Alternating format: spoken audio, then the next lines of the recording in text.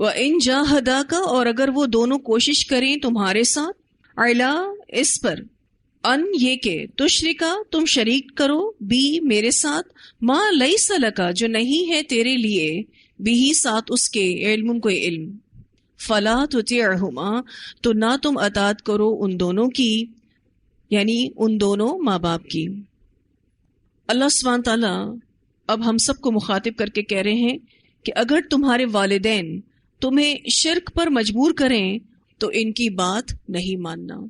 حالانکہ اس سے پہلے والی آیت میں ماں باپ کے ساتھ حسن سلوک کا حکم دیا گیا، وَوَصَّيْنَا الْإِنسَانَ بِوَالِدَيْهِ، اور ہم نے تاکیدی حکم دیا انسان کو کہ اپنے والدین کے ساتھ یعنی احسان کرے، ان کی بات مانے، ان کی خدمت کرے۔ لیکن اگر ماں باپ اپنے اس رتبے کو، اپنے اس درجے کو استعمال کرتے ہوئے شرک کرنے کا کہیں تو پھر ان کی بات نہیں مانی جائے گی۔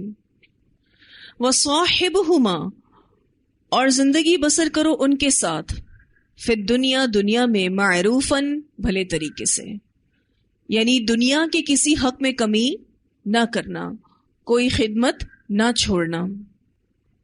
لیکن جہاں بات دین کی ہوگی اور اگر وہ شرک کرنے کا کہیں تو پھر ان کی بات نہیں مانی جائے گی۔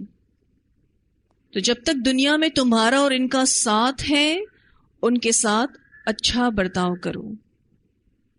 انسان کے لیے یہ بھی بہت بڑی آزمائش ہے کہ وہ نفرتوں کی تو مار سہ سکتا ہے، یعنی جن سے اس کو نفرت ہے ان کی تو مار سہ سکتا ہے، لیکن محبتوں کی مار برداشت کرنا مشکل ہے۔ اور ماں باپ کی طرف سے اگر ایسی کوئی آزمائش ہو تو وہ بہت زیادہ مشکل ہوتا ہے برداشت کرنا۔ اس بارے میں ایک روایت بھی آتی ہے، مصعب بن سعد اپنے باپ سیدنا سعد بن ابی وقاص رضی اللہ تعالیٰ عنہ سے روایت بیان کرتے ہیں کہ ان کے بارے میں قرآن مجید کی کئی آیتیں نازل ہوئیں۔ وہ کہتے ہیں کہ ایک آیت اس وقت نازل ہوئی جب ان کی ماں نے قسم کھائی کہ وہ ان سے اس وقت تک بات نہیں کریں گی جب تک وہ اپنا دین نہ چھوڑ دیں، یعنی اسلام نہ چھوڑ دیں۔ اس عرصے میں وہ نہ کچھ کھائے گی اور نہ پیے گی۔ پھر وہ کہنے لگی، اے سعد، تو کہتا ہے کہ اللہ تعالیٰ نے مجھے اپنے ماں باپ کی اطاعت کرنے کا حکم دیا ہے، اور میں تیری ماں ہوں، اور میں تجھے اس بات کا حکم دیتی ہوں، یعنی تو دین اسلام چھوڑ دے۔ پھر 3 دن تک وہ اس حالت میں رہی کہ نہ کچھ کھایا اور نہ پیا، یہاں تک کہ بھوک کی وجہ سے اس پر غشی طاری ہو گئی۔ آخر ان کا ایک بیٹا جس کا نام عمارہ تھا کھڑا ہوا اور اس نے اسے پانی پلایا۔ وہ پانی پی کر سعد کو بد دعا دینے لگی۔ تو اس موقع پر اللہ تعالیٰ نے یہ آیت نازل فرمائی، وَوَصَّيْنَا الْإِنسَانَ بِوَالِدَيْهِ حَمَلَتْهُ أُمُّهُ وَهْنًا عَلَى وَهْنٍ وَفِصَالُهُ فِي عَامَيْنِ أَنِ اشْكُرْ لِي وَلِوَالِدَيْكَ إِلَيَّ الْمَصِيرُ وَإِن جَاهَدَاكَ عَلَى أَن تُشْرِكَ بِي مَا لَيْسَ لَكَ بِهِ عِلْمٌ فَلَا تُطِعْهُمَا وَصَاحِبْهُمَا فِي الدُّنْيَا مَعْرُوفًا۔ اس حدیث کو مسلم نے روایت کیا ہے۔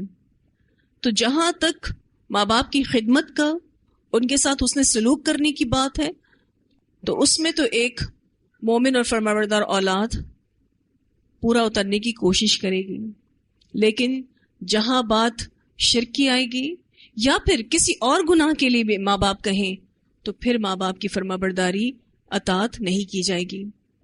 رسول اللہ صلی اللہ علیہ وسلم نے فرمایا، اللہ کی نافرمانی میں کسی کی اطاعت نہیں، اطاعت صرف معروف میں ہے۔